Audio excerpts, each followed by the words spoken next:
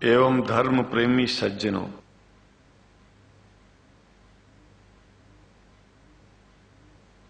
भगवान की जब कृपा होती है तो कभी धर्म की सच्चाई को जानने का अवसर मिलता है। मुसलमानों के बीच में लगातार कई वर्षों से हम जा रहे हैं और भारतवर्ष में एक नई प्रथा का प्रारंभ किया मैंने कि जब जगत गुरु शंकराचार्य भी मुसलमानों के बीच में जाकर के उनके प्रेम को समझ सके और इस्लाम की सच्चाई को जान करके इस्लाम को सारी दुनिया में एक इंसानियत का सबसे बड़ा पाठ सिखाने वाला धर्म मानने के लिए लोगों को समझावे।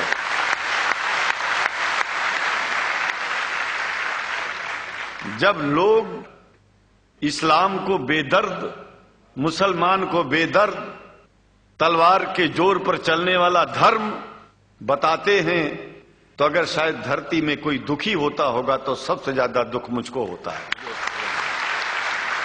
ये न सच्चाई है और न कभी ये सच्चाई हो सकती है। जिस इस्लाम ने पहला कलमा ही कुरान शरीफ का ये बताता है कि नहीं है इबादत के काबिल सिवाय परमात्मा के और कोई, ला इलाहा इल्लल्लाह मोहम्मद रसूल अल्लाह।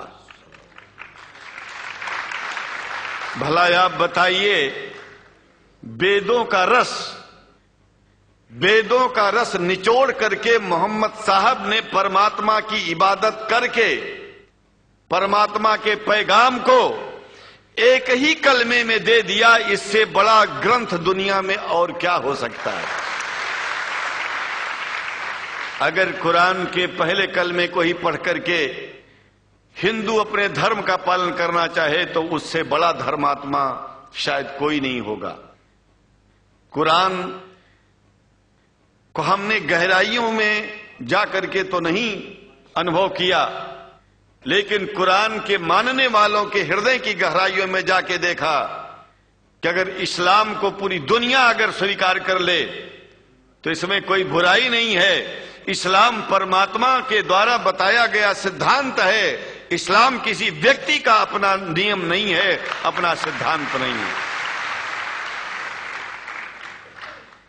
कुछ लोग भेदभाव पैदा करने के लिए इस धरती पर मुसलमानों को बेदर्द कह देते हैं, इस्लाम को बुरा कह देते हैं। मैं कहता हूं उनसे बुरा इस दुनिया में कोई नहीं है। वो शैतान के बच्चे हैं, खुदा के बच्चे नहीं हैं। क्योंकि जहां तक मेरी अपनी पहुंच है, हमने वेदों को पढ़ा, पुराण को पढ़ा, शास्त्रों को, हिंदू धर्म ग्रंथों को पढ़ा। उसके बाद में मुसलमानों के बीच में जाना शुरू किया। हमने मुसलमानों से हाथ मिलाया तो हमारा विरोध किया गया। ये अंडा खाने वालों से हाथ मिलाते हैं, शंकराचार्य कैसे हैं। अरे हमने कहा कि तुम्हारी समझ में नहीं आ रहा है। वो 5 बार इबादत कर लेते हैं खुदा की, तुम घास खाते हो और एक बार भी इबादत नहीं करते हो, तो तुमसे बड़ा अधर्मी दुनिया में कौन है। तुम अपने अधर्म को देखो। किसी के पवित्रता के सिद्धांतों का विरोध करना पहला अधर्म है। आप क्या खाते हैं, कैसे रहते हैं, अगर हमें आप दुखी नहीं करते हैं तो आपसे बड़ा इंसान दुनिया में कोई नहीं है। हम घास खाएं और आपके दिल को चोट पहुंचाएं तो हमसे बड़ा अधर्मी कोई नहीं है दुनिया में।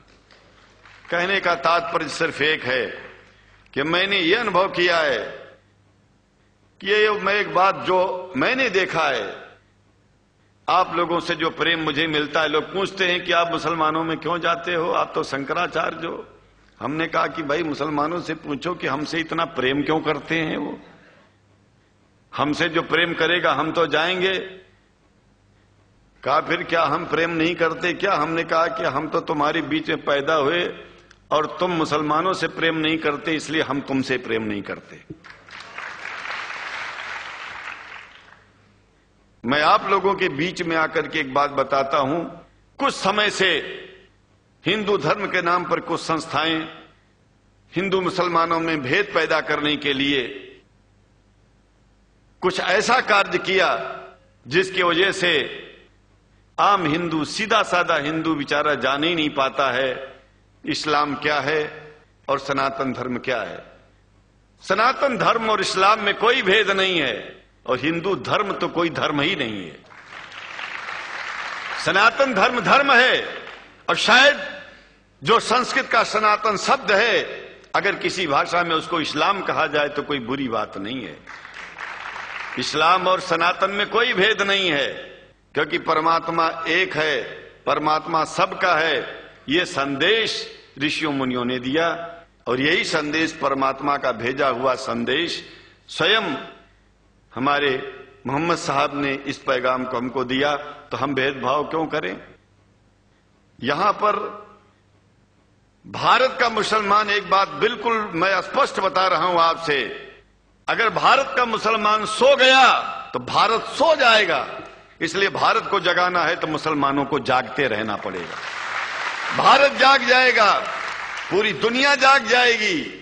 यह भी मैं जानता हूं कि भारत के सच्चे हिंदुओं को, जो सच्चे सनातन धर्मी हैं, उनको मुसलमानों से प्रेम चाहिए, उनको मुसलमानों से भेद नहीं चाहिए। अंग्रेजी की भी मिल गई है और हम तो चाहते हैं, हाँ, कुरान शरीफ सारी दुनिया में अगर इस ग्रंथ को पहुंचाया जाए, और पहुंचाना चाहिए। मैं तो मुसलमानों से एक जरूर बात कहूंगा कि आप लोग एक चीज का ध्यान दें।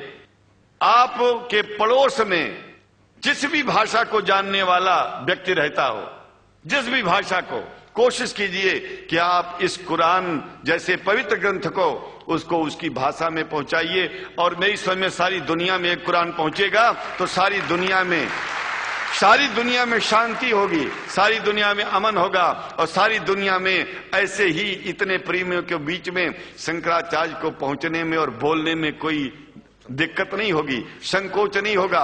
आप लोग भी निडर हो जाइए, आप लोग भी संकोच छोड़िए। हम जानते हैं कभी कभी संकोच में, कभी कभी इस देश के कुछ जो फिरका परस्त लोग हैं, उनकी उल्टी सीधी योजनाओं में हम लोग एक दूसरे से मिल नहीं पाते।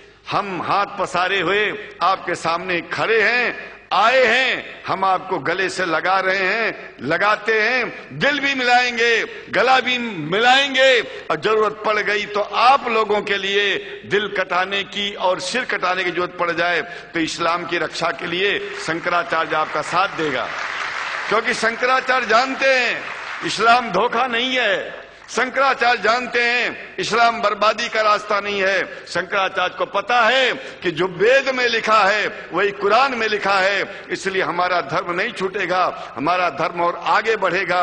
अगर हम मुसलमानों को अपना सगा मानते हैं तो मुसलमान परमात्मा का बनाया है, आदमी का नहीं। हिंदू जो अपने को कहते हैं वो भी जान लें कि वो परमात्मा के बनाए हैं, तो मुसलमानों से भेदभाव करना बंद कर दें और हमारी तरह सबसे प्रेम करें।